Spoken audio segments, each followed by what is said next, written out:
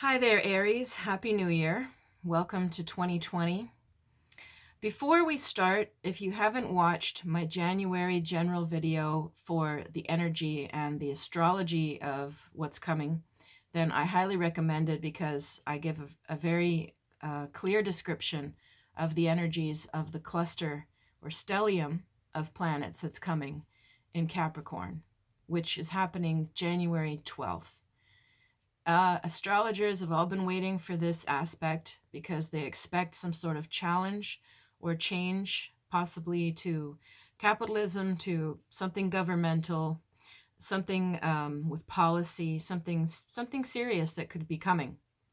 And it may not play out that way, but that's what people are anticipating or we're watching for. Now, I'm going to be covering how that aspect affects your particular sign in my new extended videos. So I'm going to do the normal 3 cards for your sign as I've been doing. And after that, you can click on the bottom at the links below, and you can subscribe for my extended videos. And on that, I'm going to continue channeling more about what's going to happen for you, whether it's love or work or health or finances based on the cards. But I'm also going to tell you more in depth what this astrology is going to do for your sign this month. So let's take a look at your cards now. As usual, I want you to envision the sage smoke all around you. And if you have some sage or incense, you can burn it alongside me. And if you want to get some, you can always message me because I can send you some or sell you some. All right, so and because it's the new year, I just really want us to bring in the year 2020. Let's show us what this is going to look like for January, this brand new year, brand new decade. All right. So just shuffling. All right, here you go. Your first card is the King of Wands. Second card is the Prince of Swords. And your third card is the Nine of Swords. All right. There's 2 people around. They're both male cards, so it could be 2 men, but be open because sometimes the cards aren't male or female. Sometimes they're just, it's the energy of that type of personality, and it can happen in men or women. So I'll just describe. You have the King of Wands is more like a fire sign and more mature, meaning the guy likes to have fun. He probably still has a youthful side. He likes to joke. He likes to be active. He likes to go out for dinner probably, or he likes to do sports. He likes to have music. He still wants to have fun, this guy. But he's also mature about it. He's not impulsive, and he's not going to miss work because of partying the night before. He's not going to... He can be romantic and passionate, but he can also restrain himself too if need be.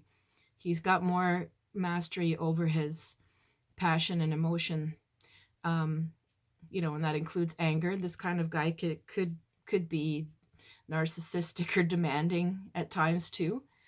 That's the shadow side of him. It could be somebody narcissistic. But on the good side, usually I like the King of Wands. He's, to me, sort of like, could be Aries, Leo, Sagittarius. He's usually, like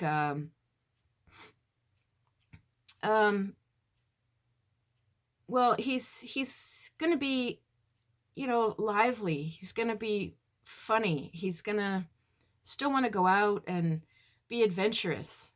But at the same time, he's got some stability in his life too, So it's usually a nice combination. And it's when the guy is really committed to something or someone, he's committed, and usually excited about it. Think about Barack Obama as a Leo. And you see, you'll still see he's a president. He's still getting up there dancing, singing sometimes. He still can make crack jokes, but he's dead serious about his work too. And he's married and he has kids and he can handle his responsibility, but he still likes to have fun. That is a King of Wands in his best aspect, okay? Now, Prince of Swords, don't like him so much. You can probably see in the card even looks complicated, and usually this guy is complicated.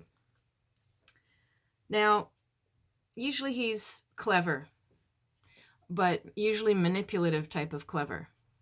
Very good with words, very quick, very logical, relies too much on logic, probably doesn't take people's feelings seriously or believe their feelings, which isn't so nice to be around, is it? And because he's clever and he doesn't really always care how people feel, he can make a mess. He can manipulate, he can lie, he can hide. He can charm you, but he isn't what he says he is. So we don't really like the Prince of Swords very much. And now we have the Nine of Swords, which is the card of cruelty. The astrology on the card is Mars in Gemini. Now, Mars in Gemini would make sense for the Prince of Swords. Prince of Swords could be the dark side of a Gemini, or Aquarius, or Libra, but I'd say probably more Gemini kind of energy makes sense, but we'll see. And the cruelty card usually means somebody who is, could be outright verbally abusive, could be criticizing, could be gaslighting. Somebody could be cheating, could be hiding stuff. It can be somebody, psychologically cruel, and it's difficult to describe that, but we all know what that can look like. Somebody who just sort of, even silent treatment, somebody who can sort of knows how to psych you out. So the thing is, these two guys in this reading, or if this matches more women in your life, well, then it's the women. Go more by the description of the person that I'm describing than the male-female side of it.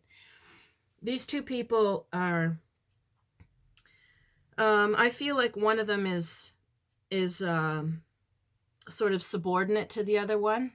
I get a feeling the Prince of Swords, or the clever one, is either the son or the employee or the little brother of.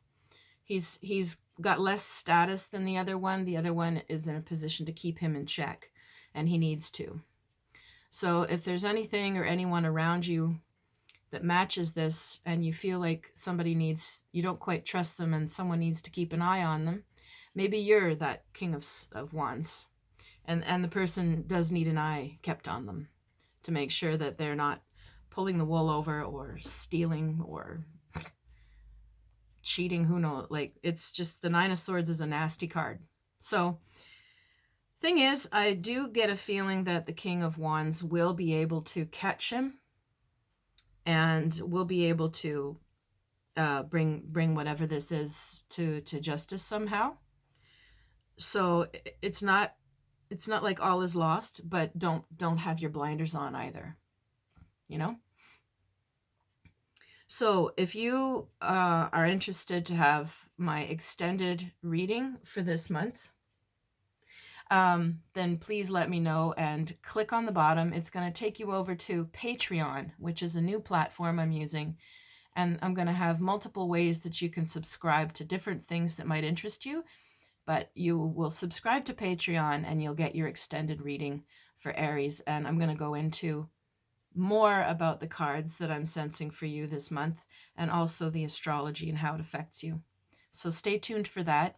If not, you can sign up for my newsletter anytime, river-rain.com, and you can catch me on Facebook at Clairvoyant Medium Catherine Allen.